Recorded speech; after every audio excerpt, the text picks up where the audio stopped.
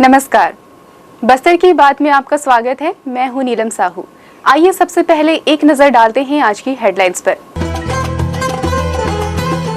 आसना के जंगल में एक युवक की लाश मिलने से क्षेत्र में फैली सनसनी, पुलिस जुटी जांच में। महारानी अस्पताल में अब तक 8 कर्मचारी कोरोना पॉजिटिव, फिर भी स्टाफ के लिए सुरक्षा के इंतजामात नहीं। नर्स, सफाई कर्मी बिना ग्लव्स, मास्क के कर रही ड्यूटी।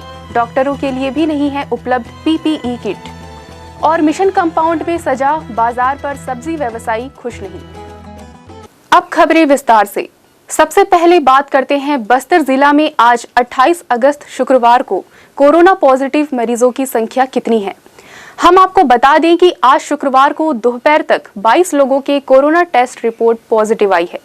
इनमें 11 सेंट्रल जेल से हैं, एक कुम्हारपारा, एक पथरागुड़ा, एक डिमरापाल, एक रेलवे कॉलोनी, एक PTS Bodhghat, 2 Balaji tent house, एक गांधीनगर, एक अवंतिका कॉलोनी और एक शहर से है। बीते कल शहर में सबसे ज्यादा कोरोना पॉजिटिव मिले, जिनकी संख्या 56 रही। ये सभी शहर के ही बताए गए हैं।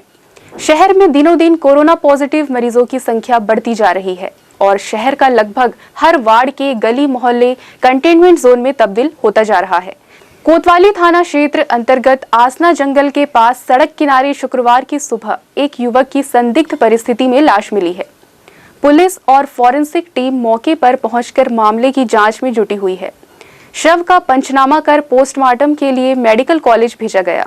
सूत्रों से मिली जानकारी के अनुसार सुबह ग्रामीण आसना के जंगल गए हुए थे।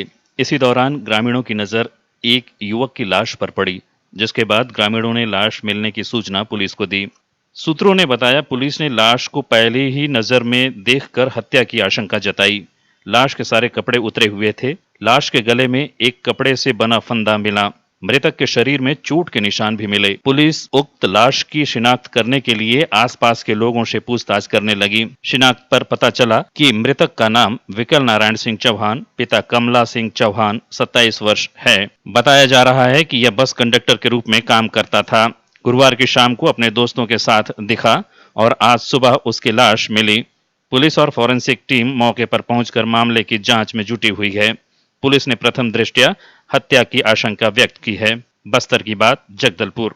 बस्तर जिले के कटे कल्याण क्षेत्र में सक्रिय एक नक्सली कलेपाल जन मिलिशिया कमांडर आयता मांडवी, पिता स्वर्गीय बंडी ने स्थानीय पुलिस कोऑर्डिनेशन सेंटर में एसपी दीपक कुमार झा और डीएसपी आदित्य पांडे की उपस्थिति में आत्मसमर्पण किया। सरकार द्वारा घोषित प्रोत्साहन राशि 10,000 का चेक भी एसपी द्वारा प्रदान किया गया। बस्तर जिले में पूर्व घटित नक्सली अपराधों में शामिल 1 लाख का इनामी कलेवा क्षेत्र में सक्रिय जन मलेशियाई कमांडर गायता मांडवी किया था। कटे कल्याण एरिया कमेटी के सचिव जगदीश के द्वारा इसे कलेपाल जन मलेशिया कमांडर बनाया गया, जो अब तक सक्रिय रूप से कलेपाल, कोरोपाल और मारजुम क्षेत्र में काम कर रहा था। इस संबंध में जानकारी देते हुए बस्तर जिला के पुलिस अधीक्षक दीपक कुमार झा ने बताया, हाँ, आज बस्तर पुलिस के समक्ष गायतो मांडवी, जो कि कलेपाल क्षेत्र में जन मलेशिया कमांडर के रूप में सक्रिय था, उसके द्वारा आत्मसमर्पण किया गया है। ये पिछले 12-13 वर्षों से क्षेत्र में सक्रिय था और पूर्व में ग्राम रक्षा दल में शामिल हुआ था। उसके बाद 11-12 में ये जन मलेशिया कमांडर के रूप में कार्यरत हुआ और कई सारे जघन्य अपराधों में शामिल था, जिसमें कलेपाल और मुंदनार में हत्या, आईडी ब्लास्ट और मुठभेड़ में शामिल होने के अपराध इनके खिलाफ दर्ज हैं। और शासन की जो पुनर्वास नीति है उससे प्रभावित होकर, उसके लाभों से प्रभावित होकर और उनकी जो खोखली विचारधारा है उससे त्रस्त होकर आज उसने बस्तर पुलिस के समक्ष समर्पण किया है। हम उसका हमारे परिवार में स्वागत करते हैं। और अन्य जो भी लोग क्षेत्र में सक्रिय हैं, जैसे कि ये दरभा के पटना के कलेपाल और उसे लगा हुआ मारजूम क्षेत्र में सक्रिय था, उस क्षेत्र में अन्य जो लोग सक्रिय हैं और पूरे जिले में जो अन्य लोग सक्रिय हैं, उन सभी से आग्रह करेंगे कि आप भी शासन की पुनर्वास नीति का फ़ायदा उठाएं और समर्पण करें। आत्मसमर्पण करने वाले माओवादियों से क्षेत्र के और भी माओवादियों को आत्मसमर्पण करने में मदद मिलेगी, ऐसा पुलिस मान रही है। बस्तर की बात, जगदलपुर। केंद्र की मोदी सरकार के खिलाफ छात्रों के हित में एनएसयूआई और कांग्रेस ने शुक्रवार को कांग्रेस भवन के समक्ष जंगी प्रदर्शन किया। कोरोना काल में जेईई और एनईईटी की परीक्षा छात्र छात्राओं के लिए जानलेवा सिद्ध होगा। कांग्रेस ने की केंद्र सरकार से तिथि आगे बढ़ाने की मांग। इस संबंध में जानकारी देते हुए एनएसयूआई के जिला कार्यकारी अध्यक्ष अंकित सिंह ने बताया, मैं फिर हमारी केंद्र सरकार से, हमारे शिक्षा मंत्री जी से ये निवेदन करता हूँ कि जेईई और जो नीट का एग्ज़ाम इस कोरोना काल में लिया जा रहा है उसे पोस्टपोन किया जाए, क्योंकि अभी कई क्षेत्रों में बाढ़ की स्थिति बनी हुई है, जिसकी वजह से छात्र असमर्थ है एग्ज़ाम देने में। उनको इधर उधर भटकना पड़ रहा है, किसी के घर डूब गए हैं, किसी के घरों में लाइटें नहीं हैं। आज इस परिस्थितियों में अगर उनके जेईई और नीट के एग्ज़ाम होते हैं तो वो सफल तरीके से परीक्षा का संचालित नहीं कर पाएंगे और वो अच्छे नंबरों के साथ शायद सब्जेक्ट में सेलेक्ट भी ना हो पाए।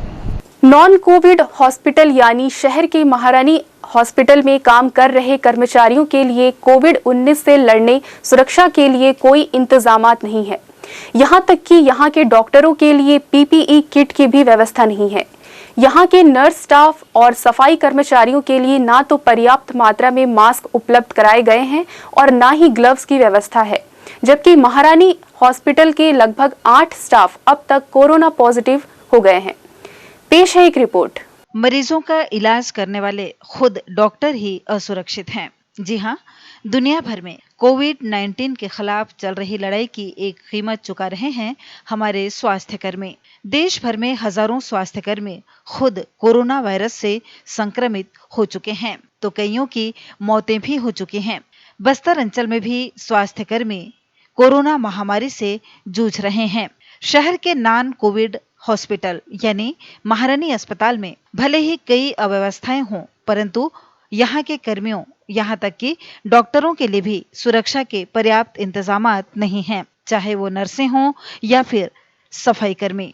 ये सभी रिस्क लेकर बिना ग्लव्स के ही कार्य कर रही हैं, तो वहीं उन्हें पर्याप्त मास्क भी उपलब्ध नहीं कराए गए हैं।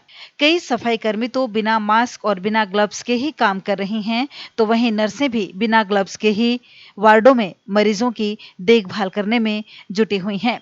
डॉक्टरों को भी व्यक्तिगत सुरक्षा उपकरण यानी पीपीई किट उपलब्ध नहीं कराए गए हैं। इस संबंध में क्या कहते हैं महारानी अस्पताल के सिविल सर्जन और प्रभारी जेडी डॉक्टर विवेक जोशी, आइए सुनते हैं। महारानी अस्पताल में मास्क की कमी तो नहीं है, लेकिन ग्लव्स की कमी बीच में थी, जिसके लिए हमने कलेक्टर महोदय से भी कहा है। तो उन्होंने कहा है कि मुख्य चिकित्सा अधिकारी को इस बारे में निर्देश देंगे और वहाँ से मास्क का मांग पत्र भेजने पर प्राप्त हो जाएगा। तो हमने मांग पत्र भेज दिया है। गौरतलब है कि महारानी अस्पताल में 8 कर्मचारी, जिनमें नर्स और डॉक्टर भी शामिल हैं, कोरोना पॉजिटिव पाए गए हैं।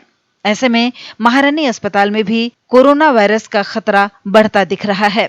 अस्पताल के कर्मचारी हर दिन मरीजों की जान बचाने की कोशिश करते हैं। ऐसे में सुरक्षा के पर्याप्त उपकरणों की कमी के कारण कई डॉक्टर्स और दूसरे स्टाफ खुद इस वायरस की चपेट में आ रहे हैं। बस्तर की बात, जगदलपुर। वक्त हो चला है छोटे से ब्रेक का। ब्रेक के बाद मिलते हैं और खबरों के साथ।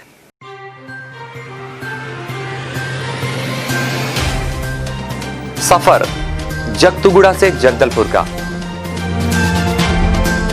नित नई करवट लेता शहर हमारा, चौक चौराहों से होता हुआ विकास की गाथाएं गढ़ता बस्तर हमारा। कई रंगों से सराबोर कितनी ही कहानियों को समेटे, कहीं विकास के सोपान तो कहीं सरकारी दावे और उनका सच।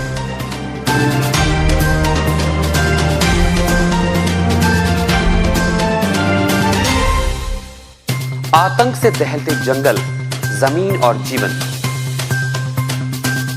साहस और धैर्य से करवट लेती जिंदगी, राजनीति की चौसर के जाने अनजाने दांव, व्यवस्था की खूबी, कमी और खामी, खूबसूरत नजारे।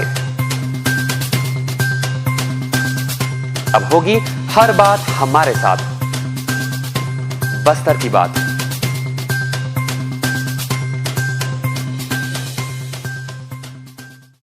ब्रेक के बाद आपका स्वागत है बस्तर की बात में। आइए चलते हैं खबरों की ओर। कलेक्टर रजत बंसल के निर्देश पर नगर निगम द्वारा गीदम रोड के किनारे सब्जी व्यवसाय करने वाले को मिशन कंपाउंड में स्थानांतरित किया गया है। इस व्यवस्था से निश्चित ही दुर्घटना की आशंका खत्म हो गई है, लेकिन जगह को लेकर सब्जी व्यवसायियों में खुशी नजर नहीं आ रही है। शुक्रवार से स्थानीय मिशन कंपाउंड में सब्जी बाजार सजने लगा है। मिशन कंपाउंड में गीदम रोड में सब्जी व्यवसाय संचालित करने वालों को जगह दी गई है। सभी सब्जी व्यवसायी 8x8 की जगह पर दुकान लगाकर व्यवसाय कर रहे हैं। इनका कहना है कि गीदम रोड से हटाए जाने पर व्यवसाय में कमी देखी जा रही है। एक आलू प्याज व्यवसायी ने हमें बताया, पहले मार्केट लगा रहते, उसका बाद गीदम रोड। हाँ, तो गीदम रोड से यहाँ लगा है। हाँ, यहाँ कैसा है आपका धंधा? ठीक है, लेकिन अभी थोड़ा खाली है। बाकी रोड भी मिलेंगे तो उन लोग का चलेगा, अपना अंदर वाला नहीं चलेगा। इसी तरह सब्जी का व्यवसाय करने वाले एक पुरुष और महिला ने हमें अपनी समस्या कुछ इस तरह से कही। क्या नाम है आपका? जयंती नाग।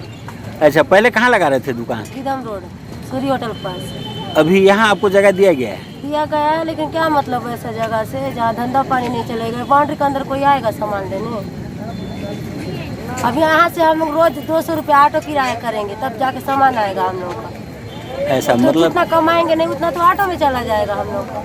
पहले हम लोग लगा रहे थे गीदम रोड में, तो वहाँ ठीक था? वहाँ ठीक था। यहाँ आज पहला दिन है। हाँ, पहला दिन। तो हो सकता है कि आगे धंधा अच्छा होगा। आगे हो सकता है, आज के दिन तो नहीं होता। ऐसा आना जाना किराया लंबा पड़ रहा है, 200 रुपये ले रहा है। नगर निगम द्वारा संभावित दुर्घटना को देखते हुए मिशन कंपाउंड में सब्जी बाजार संचालित करने का निर्णय लिया गया है। उम्मीद है कि सब्जी व्यवसायियों को यहां राहत मिलेगी। बस्तर की बात, जगदलपुर। बस्तर आईजी कार्यालय में शुक्रवार को मुंगेली से जगदलपुर आए थाना प्रभारी को डीएसपी बनाया गया, जिसके बाद आईजी बस्तर और बस्तर एसपी ने उनके कंधे में स्टार लगाकर उन्हें नए दायित्व सौंपते हुए बधाई दी। प्रमोशन होने के बाद मीडिया से चर्चा करते हुए डीएसपी बने आशीष अरोरा ने बताया कि वॉलीबॉल खेल के प्रति लगाव था। उसके बाद इसी खेल के माध्यम से उन्हें काफी शोहरत मिली। खेल के दौरान इन्हें भारतीय टीम की कप्तानी करने का मौका मिला। खेल के दौरान 36 देशों का प्रतिनिधित्व भी किया, साथ ही इंटरनेशनल वॉलीबॉल के खिलाड़ी भी बने, जिसके चलते मध्य प्रदेश सरकार ने इन्हें विक्रम अवार्ड, छत्तीसगढ़ सरकार ने प्रथम गुंडाधुर सम्मान, एशिया का सर्वश्रेष्ठ खिलाड़ी, भारत पुलिस की ओर से जिमी जॉर्ज अवार्ड दिया गया। खेल के साथ ही मानव सेवा को प्रमुखता दिया। सन 1996 में भिंड, ग्वालियर में सब इंस्पेक्टर के पद में पदस्थ हुए। उसके बाद भोपाल, भिलाई, रायपुर, कवर्धा, बिलासपुर, मुंगेली आदि जगहों में पदस्थ रहे। दुबई में खेल के दौरान पाकिस्तान में चल रहे मैच में पैर में चोट लग गई थी। एशिया के साथ ही यूरोप के कई देशों में खेल चुके हैं। मुंगेली से आने के बाद अभी प्रमोशन हुआ, वे डीएसपी बने। अखिल भारतीय विद्यार्थी परिषद द्वारा स्थानीय सिरहासार चौक में 14,580 शिक्षकों की शीघ्र नियुक्ति की मांग को लेकर शुक्रवार को धरना प्रदर्शन किया। इस दौरान प्रशिक्षित शिक्षक पद के प्रत्याशी ने बताया, जी मांग यह है कि मौजूदा सरकार ने ही पिछले साल 2019 में 9 मार्च 2019 को 14,580 शिक्षक पदों पर विज्ञापन जारी किया था। सारी प्रक्रियाएं पूरी होने के बावजूद, परिणाम आने के बावजूद, दस्तावेज सत्यापन होने के बावजूद ये कोरोना काल का बहाना लेकर, वित्तीय स्थिति का बहाना लेकर आज भर्ती नहीं कर रही है। हम सारे चयनित अभ्यर्थी मानसिक रूप से प्रताड़ित हो रहे हैं, परेशान हैं, हमारा जॉब चले गए हैं। तो हम सरकार से मांग कर रहे हैं कि तत्काल जल्द से जल्द भर्ती पूरी करें।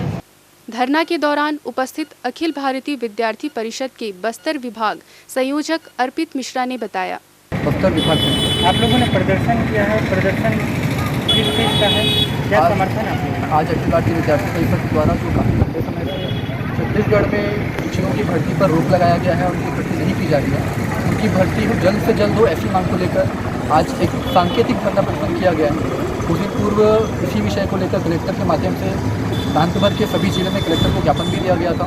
आने वाले समय में यदि हमारी मांग जल्दी पूरी नहीं होती है तो इन्हीं मांगों को लेकर एक विद्यार्थी परिषद आगामी समय में उग्र आंदोलन कर सकता है, अन्यथा मंत्रालय घेराव जैसे कदम उठा सकता है। प्रमुख मांग क्या है? सिर्फ तुरंत भर्ती हो जाए, क्योंकि जैसे सितंबर तक लास्ट डेट है, 1 महीने में पूरी 14,000 लोगों की भर्ती हो नहीं पाएगी, तो इसको समय अवधि बढ़ाना चाहिए, ऐसी कुछ मांगे।